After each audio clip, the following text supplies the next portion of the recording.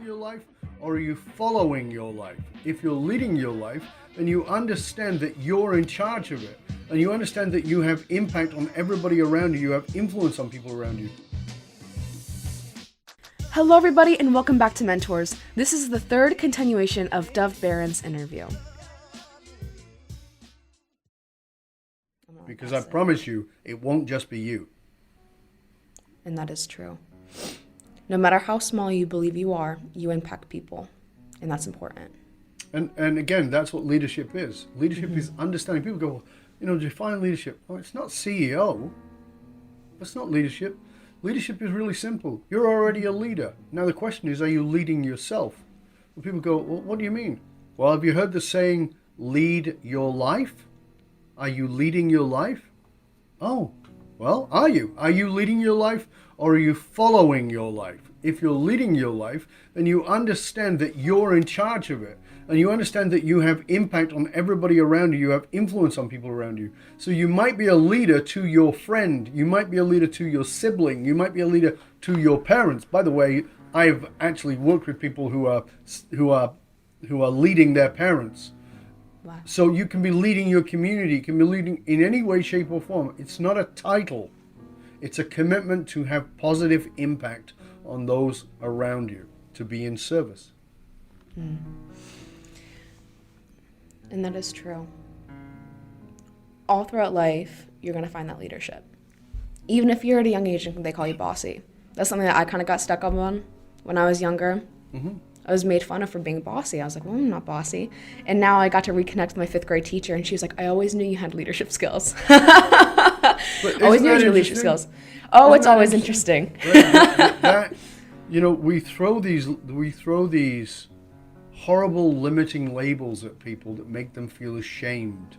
Mm-hmm. Shame is the most crippling of all emotions. Yeah. So we throw a shame thing at you like you're bossy. And we might say to a boy, you've got leadership skills, right? Or we might say to a boy, you're aggressive, because that's also shameful. But as opposed to saying you're taking command of a situation, you're showing leadership. So here's the thing, and again, I want to challenge people to look at this. When you get shamed for something, are you hanging out with homeless people asking for financial advice? So again, I will not allow you to shame me when you don't know shit about what I'm talking about. Mm. You don't have that authority. And that's a muscle.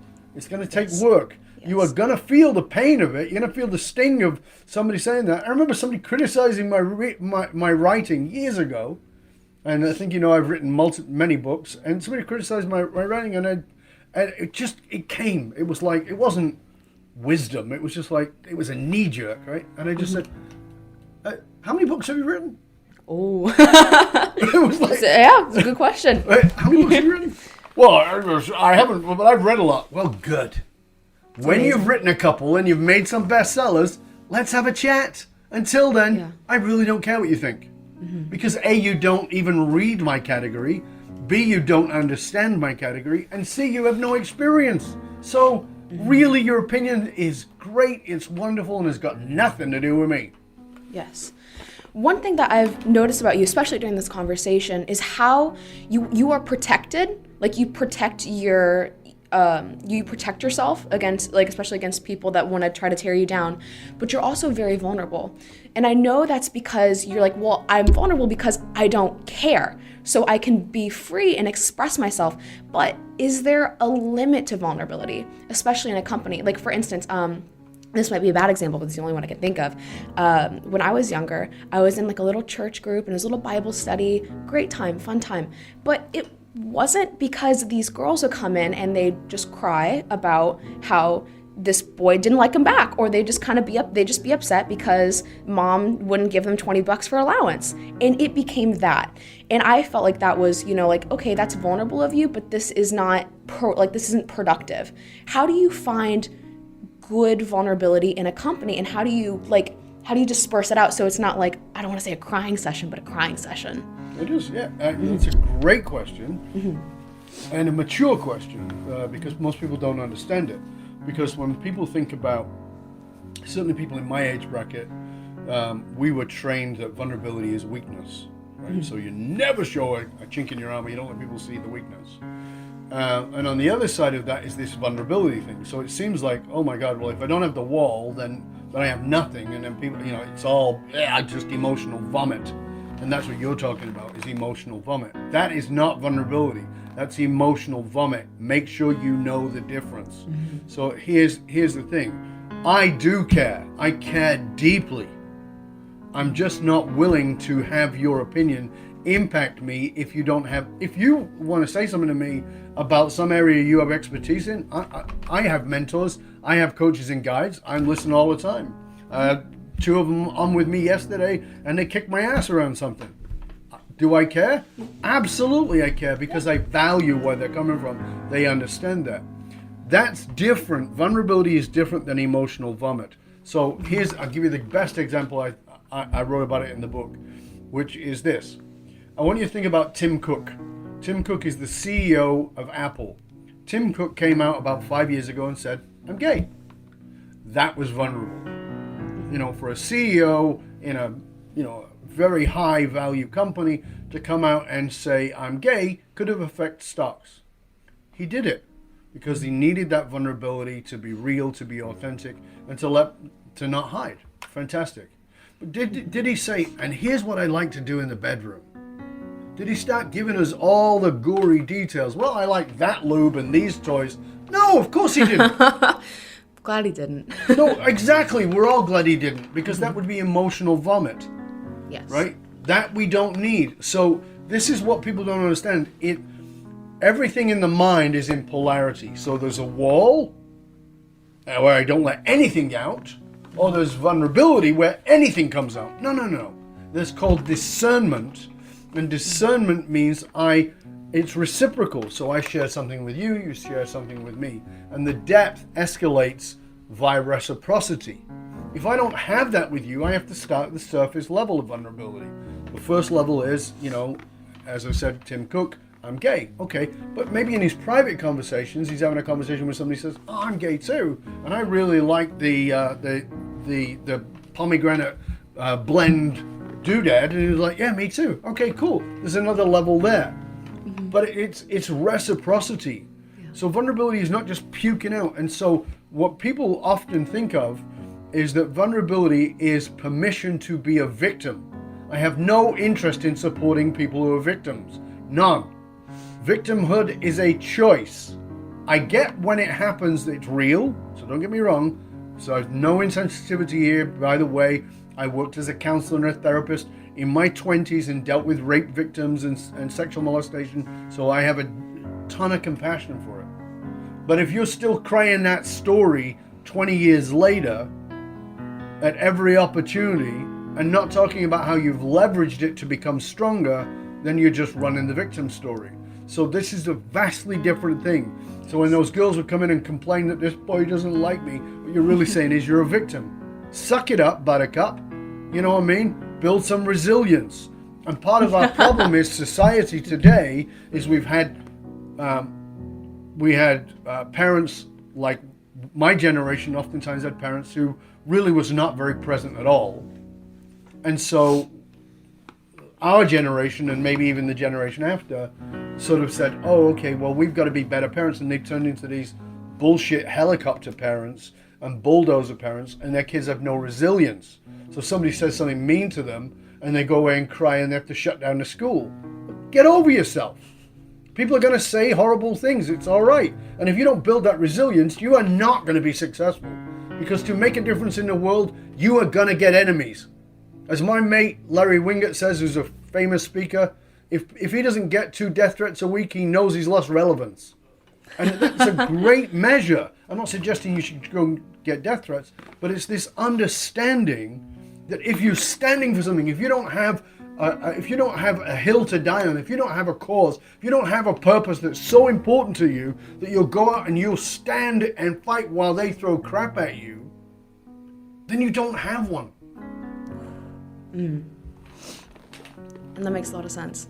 And I know I hope to not get death threats until, I'll wait 10 years till I get death threats right now. Sure. But you're very right. you're very right.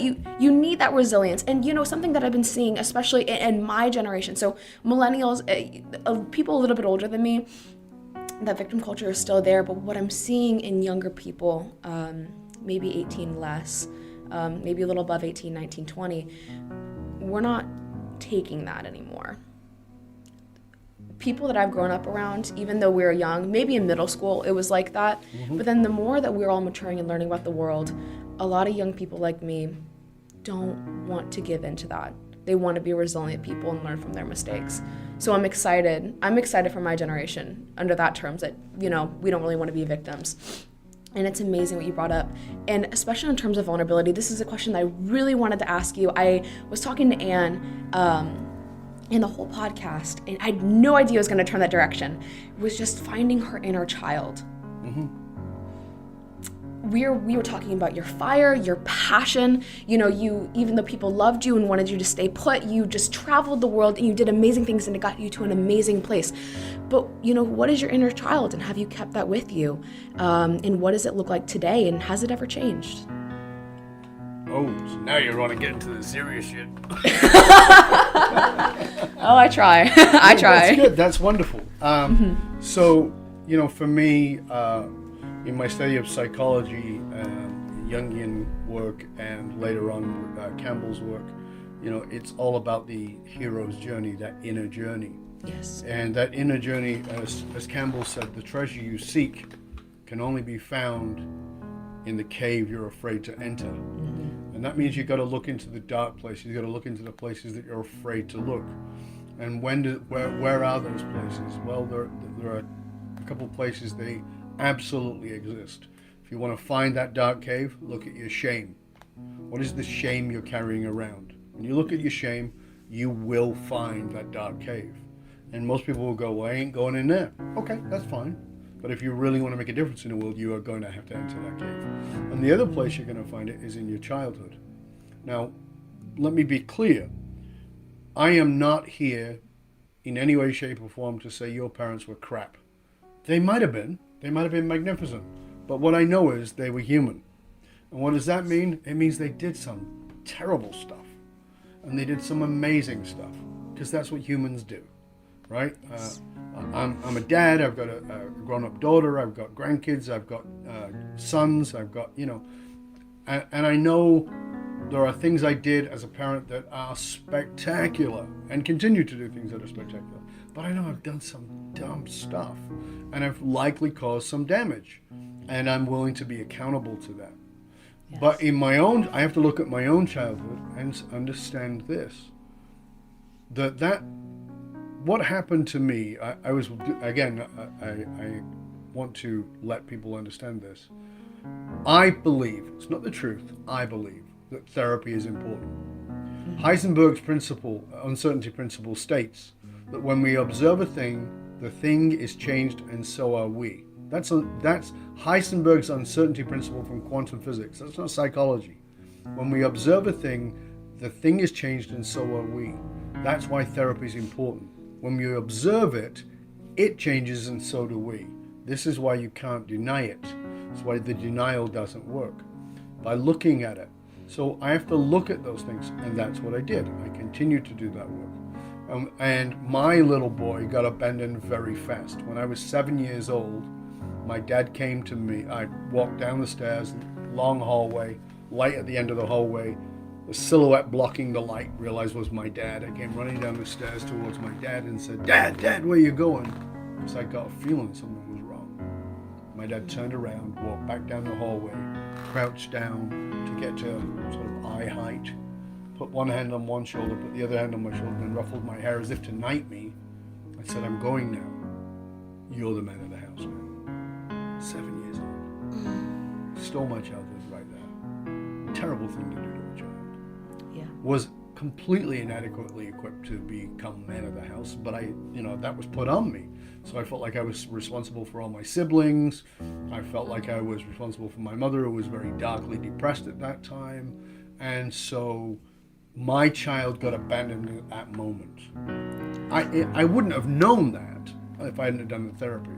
But my child got abandoned at 7 years old, and that was it.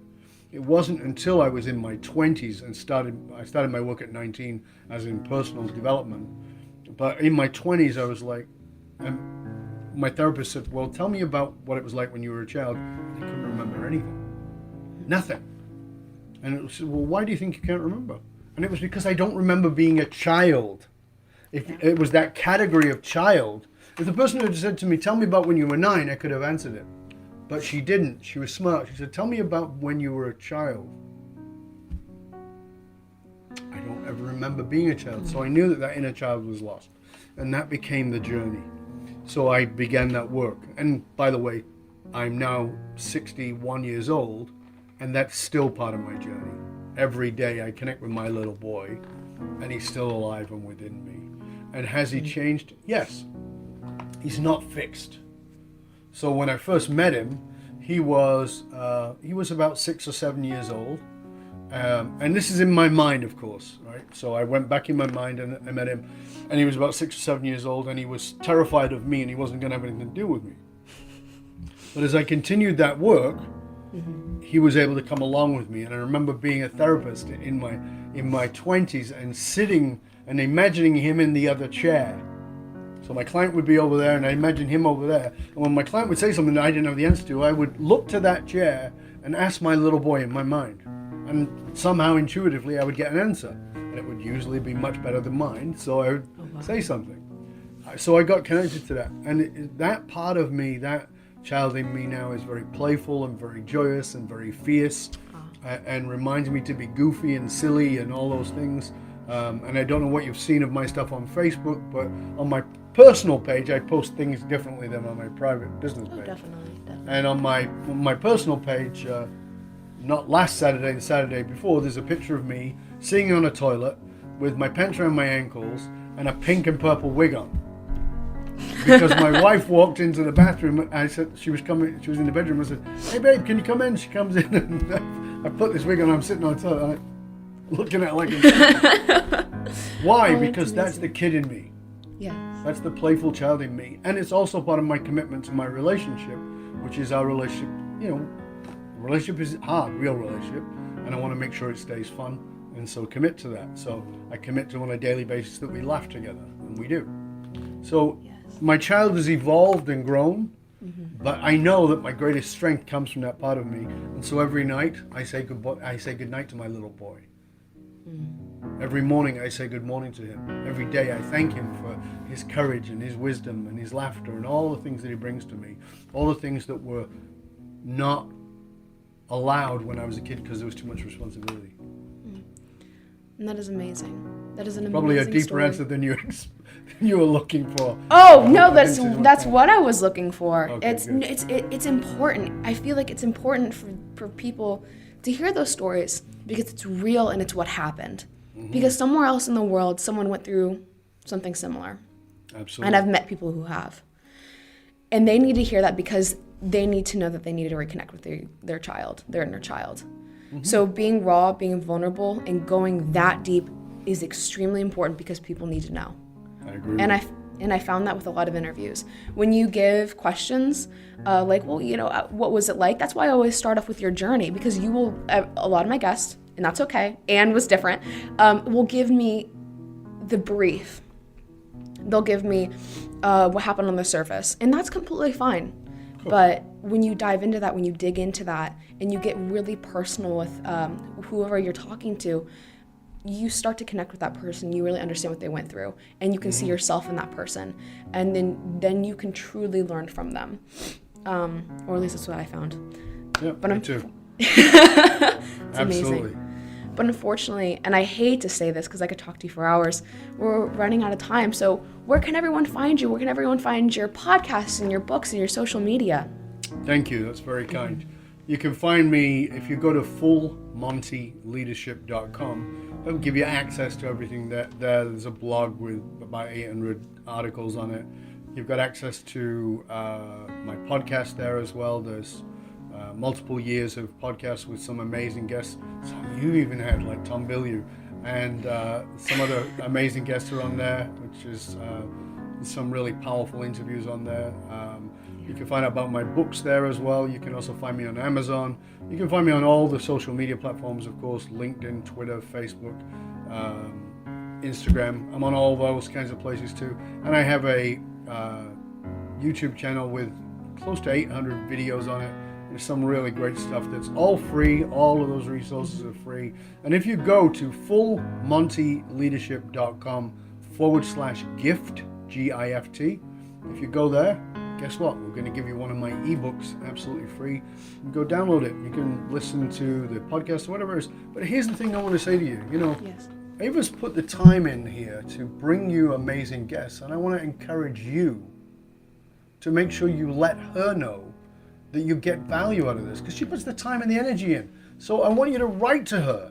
I want you to go on to Apple Podcasts. I want you to rate, review, subscribe to the show. I want you to share it with your friends. And then I want you to write to Ava and tell her you've done it, and tell her what you got out of this show, and tell me. So I want to know. Yeah. My name is Dov, D-O-V, and my email is dov@dovbaron.com. dov@dovbaron.com. Write and tell me what you got out of this, and more importantly, what are you going to do with it? Tell Ava too, because she's putting in the time and the energy and the effort. And you're busy, you got shit to do, you're thinking, what am I going to get time to do this? Well, think about how much time she put in. And she did it for you. That's service. So make sure you let her know. Dov, thank you so much for being on. My pleasure. Thank you.